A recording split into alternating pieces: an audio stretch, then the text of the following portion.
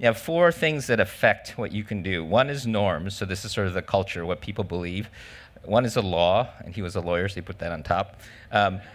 Markets are sort of what we're talking about a little bit in the proposal today, which is, we can actually allow the markets to change and guide these things. And then the architecture is the technology. So the example would be you could create, if you want to get cars to move more slowly, you could create speed bumps, or you could pass a law and put up a sign that says no speeding.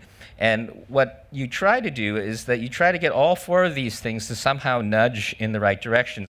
The Earth's temperature tends to stay the same, even though many, many things change, because just like the human body, it's got all these processes that are interconnected with each other.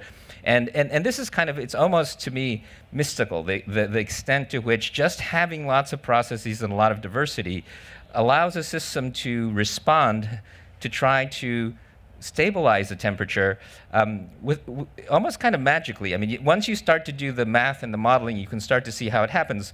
But you would think that somebody would have to be in charge, God or somebody, but in charge in kind of an organized way. But it's not an organized way. It's a way where each of the parts of the system sort of does what it's supposed to do, but because of the way they're all connected, they create resilience. And I think one of the things that we forget, being engineers and policymakers and things like that, is that we're poking a system that is complex. And a complex system is also not predictable. So when you do something, it's not clear exactly what the outcomes are. So you kind of have to watch the system as you nudge it. I think of, now that I have an 11-month-old child, I think about it like that. You can't control the child, but you can surely influence it.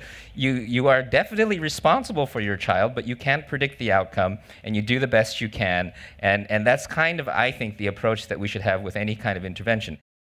The thing about Shinto that I think is also very, and this is a wonderful image by my friend Kenya Hara, and I think this will resonate to many Hawaiians. So the idea about Shinto is that you have the mountains, the field, the village, the sea, and there is a sort of overall spiritual deity that takes care of everything, that every stone and every thing, including humans, has a spirit, and it's all connected together. And what's really important about the Shinto belief system, and I think something that I've seen Conservation International and Neoterra now doing this pivot, which is that human beings are part of nature. We are part of nature. It's not like there's an artificial and there's a natural, and that conservation is about just keeping the humans out of nature. It's about how do humans integrate into a spiritual sense of being connected to nature, and then getting back to that awareness, getting that sensibility. What is true nature? How do we fit in?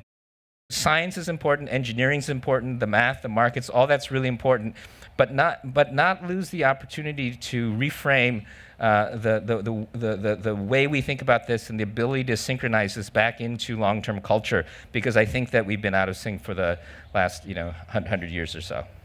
Thank you very much.